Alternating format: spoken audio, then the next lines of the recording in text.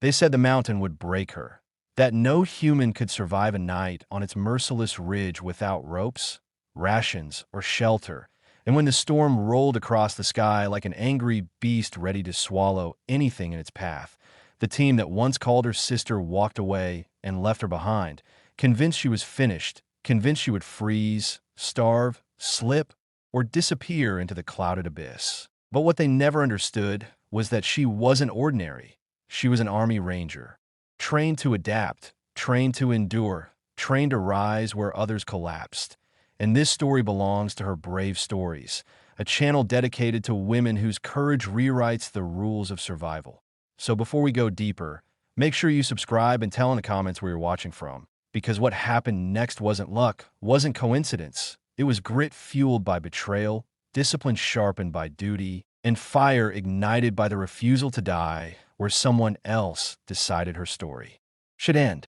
The mountain peak, jagged and violent, felt like another world, the wind slicing through her uniform and biting in her bones, the temperature dropping faster than she could breathe, but she didn't panic, not even when the last flash of her unit's flashlights disappeared like fading stars in fog. She crouched low, feeling the icy rock beneath her boots, and replayed every survival lesson drilled into her mind through blood, exhaustion, and repetition. Build warmth, preserve energy, minimize exposure, stay low, stay alive. The storm howled through the bare ridges, snow blasting against her skin, turning her eyelashes white and her breath into frost. And though the cold gnawed at her, she found a natural rock pocket under a leaning granite wall, barely wide enough for her body, but enough to break wind impact. And there in silence, she slowed her breathing, conserving every ounce of strength. Hours crawled, darkness deepened, and the storm raged like something living, something angry. Yet through it all, she didn't break. Her heartbeat steady, her mind focused, her will anchored to one truth: she would not die abandoned. When morning finally pushed light through the clouds, she emerged from the crevice stiff, frostbitten, exhausted, but alive, and that alone shattered every assumption her team had made. Far below, those who abandoned her had begun their descent, laughing, confident she would be another unreported casualty of extreme terrain. But the mountain had not claimed her, and she chose revenge, not through bullets, not through rage, but through survival louder than any gunfire. She wasn't going down the same way they fled. She was going up. The summit towered above her like a throne carved by history and guarded by storms. And though rational minds would descend, she ascended, fingers gripping stone, boots digging into snow-packed cracks, body moving not with hesitation, but with memory, because rangers were taught to climb without equipment, to adapt when the world stripped them bare, and every meter upward was a reminder. She wasn't weak. They were. Her muscles trembled as she scaled ridge after ridge, pushing through pain, through frozen breath, through the burn in her shoulders and thighs, until hours later she reached the summit's highest spine, where the world spread open before her, endless white, endless sky, endless silence. And she screamed, not in fear, but in defiance, a sound so raw and powerful that wind carried it like victory across the valley. While she stood at the world's edge, her former team moved cautiously through the lower paths, unaware of her progress, unaware their greatest mistake wasn't abandoning her. It was assuming she needed them. By nightfall, she began her descent on the opposite side of the mountain, a route far steeper, far deadlier, a path no unit dared attempt without gear. But she wasn't just descending. She was hunting the truth of why they left her. Step after step, she slipped, caught herself, scaled backwards using her bare hands, fingers numb but reliable, adrenaline fueling her lungs, and every movement carried the weight of betrayal as vividly as the scars she earned during training. Hours blurred until she finally reached dense pines below the frost line, where the forest floor softened under her boots. And there she rested, not to recover, but to plan.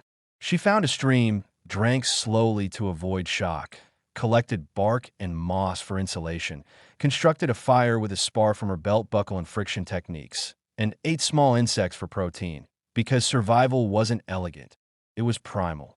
As flames warmed her skin and stars pierced the night sky, she replayed the moment they left. The hesitation in their eyes, the unspoken agreement, the subtle relief in the one who always viewed her strength as a threat. She wasn't supposed to survive, and that wasn't an accident. It was a decision. The next morning she tracked them, following broken branches, scattered boot prints, subtle disturbances only a trained ranger would detect. And with each sign, she grew closer. Meanwhile, panic had already taken root in the unit. One soldier whispered that maybe she had survived. Another claimed he saw movement on the slopes above, and fear spread among them like wildfire because they knew if she lived, there would be consequences. She continued tracking them for 2 days, surviving off the land, sleeping little, and staying silent until finally, at dusk on the third day, she saw them, huddled near a campfire at the base of a narrow canyon, arguing, restless, brittle. They didn't see her approach.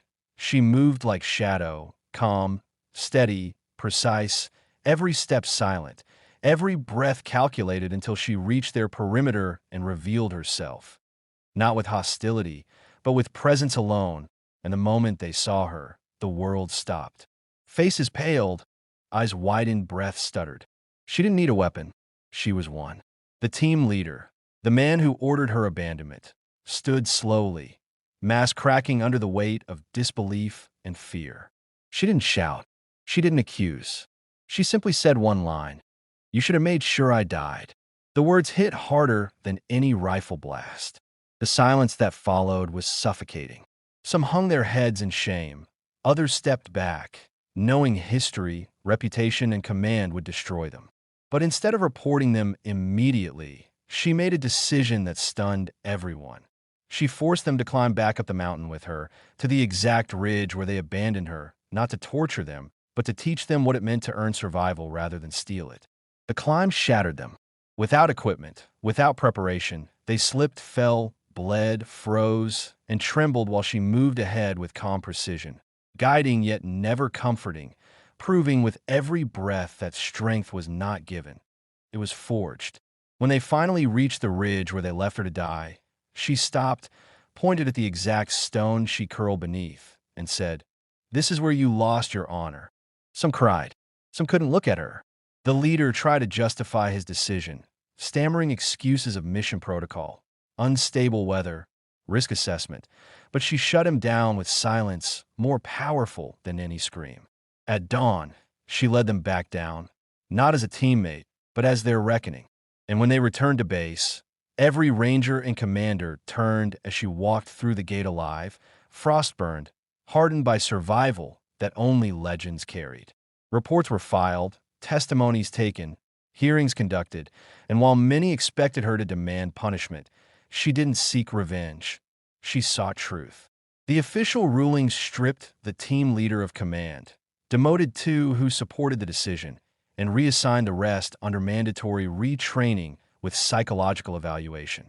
But she was offered discharge, promotion, or reassignment anywhere she chose.